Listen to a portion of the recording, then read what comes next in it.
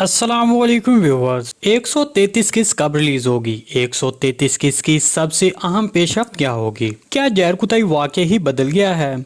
आज की वीडियो में आपको सुल्तान सलाहुद्दीन सीरीज के बारे में भी बताएंगे कि वो कब रिलीज होने वाली है। तो इन तमाम सवालात के जवाब आज की वीडियो में शामिल हैं। तो इससे पहले आपसे गुजारिश है हमारी वीडियो को लाइक और शेयर लाजमी कर दें। सबसे पहले आपको सुल्तान सलाहुद्दीन अयूबी सीरीज के बारे में बताते हैं। इसके बारे में आपको बताते चलें कि सुल्तान सलाहुद्दीन अयूबी सीरीज का पहला ट्रेलर रिलीज कर दिया गया है। ये सीरीज बड़े बजट और बड़ी कास्ट के साथ लोगों की तवज्जो अपनी तरफ मबजूल करवाएगी। इस सीरीज की पहली किस्त सोमवार 13 नवंबर को रिलीज कर दी जाएगी। हम आपको इस सीरीज के बारे में भी तजिया पेश करते रहेंगे। जो लोग इस सीरीज के बारे में मजीद कुछ जानना चाहते हैं तो वो कमेंट सेक्शन में कमेंट कर दें। चलिए अब आपको बाकी सवालात के जवाब देते हैं। देखिए, आने वाली किस्त की सबसे अहम पेशरफ्त खजाने का मिलना और फिर जहर कुताई का अचानक रुख बदलना होगा। हम सब ये तो अच्छी तरह जानते हैं कि जहर कुताई उस्मान बे का कितना वफादार सिपाही है और वो उस्मान बे से कितना प्यार करता है और उनकी बातों का कितना एहतराम करता है। गुज़िश्ता किस्त में हमने देखा कि उस्मान बे और ओल्गा नतून ने जहर कुतई को किस तरह समझाने की कोशिश की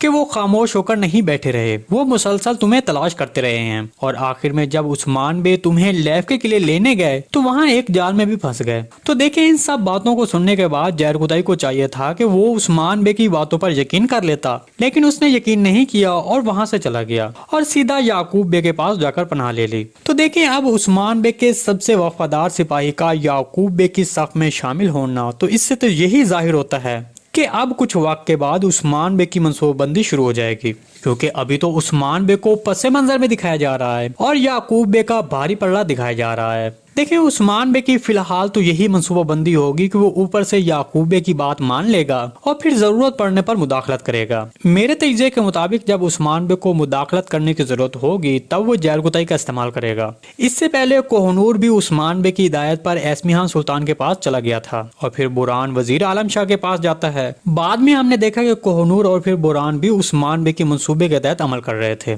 देखिए, उस वक्त बुरहान की हालत थोड़ी नफ्सियाती हो चुकी थी, जिसकी वजह से वो वजीर आलम शाह की बातों में आ गया था और फिर वो धोखा खा गया। और अब जहर कुतई जो कि जिस्मानी तौर पर बहुत थका हुआ है लेकिन वो जहनी तौर पर बिल्कुल सेहतमंद है, तो इस तरह जहर कुतई भी उस्मान बे के मंसूबे के तहत अमल करता नजर आएगा।